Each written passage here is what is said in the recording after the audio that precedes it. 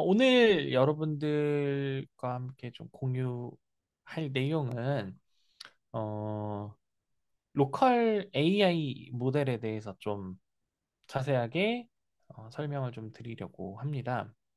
아무래도 이제 최근에 AI 모델이 뭐 엄청나게 발전을 하고 있잖아요. 근데 그게 예전에는 뭐 예를 들어서 이제 챗GPT가 처음 나왔을 때만 해도요. 뭐 모델이 하나 업그레이드 되는 데만 해도 한 6개월씩, 그죠? 아니면 뭐 그 이상도 뭔가 유의미한 모델의 그 개선이 굉장히 큰 사이클로 업그레이드가 됐었거든요. 근데 요즘에는 워낙 이제 기본 모델들이 좋아지다 보니까 한 새로운 모델 나온 지 뭐 한 달 만에 아니면 2주 만에, 그죠? 뭔가 새로운 기능들이 막 속속들이 탑재가 되면서 업그레이드가 되고 있습니다.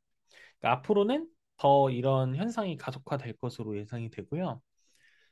여기에 이제 발맞춰서 로컬 AI 쪽은 사실은 이제 대부분 오픈 소스 기반의 AI 모델들이에요. 근데 이 오픈 소스 진영도 엄청나게 빠르게 가속화되고 있어요. 발전이. 그래서 지금 정도 수준이라면 그래도 상당히 쓸만한 어떤 모델들이 오픈 소스로 좀 공개가 되지 않았나 이렇게 생각이 들고요. 사실 이제 거기에 어떤 신호탄의 역할을 한 게 딥식이죠. 사실은 이제 딥식도 좀 오해와 현실 뭐 이런 것들이 좀 있어서 그런 얘기들도 좀 같이 나눠보려고 하고요. 그리고 중요한 거는 이제 그런 그 모델의 발전이나 사용성이나 이제 이런 것들도 같이 배우지만 결국 중요한 건 그거를 현실로 만들어내는, 그죠? 뭔가 구축도 하고 그리고 실제 이제 여러분들의 어떤 환경에 그 AI 서버라고 하는 이런 것들을 적용하고자 하는 부분들에 대해서 정보들이 산발적으로는 좀 있어요. 그래서 그런 거를 어느 정도 제가 좀 정리를 해서 말씀을 드리는 그런 시간으로 어, 활용하도록 하겠습니다. 자, 우선은 저희 이제 드림플로우는요, 2020년 이후로 계속 이제 성장하고 있고, 특히 이제 크게는 두 가지 주요 서비스가 있습니다. 하나는 이런 교육 프로그램들, 뭐 기업 요구에 맞게 뭐 교육 설계도 해드리고, 클라우드 어플리케이션 아키텍처나 MSA나 아니면 지금 최근에 이제 계속 얘기 나오는 이런 AI 관련한 것들, 이런 것들을 다 하고 있고, 그다음에 컨설팅 서비스도 하고 있습니다. 그래서 소프트웨어 분석이나 설계나 팀 빌딩 하거나 아니면 신제품 개발하는 전 주기에 대한 컨설팅이라든지 같이 참여해서 개발하는 것도 함께 하고 있고요. 이런 어떤 행보에 발맞춰서 사실은 이제 최근에도 여러 컨설팅 건이 있었고요.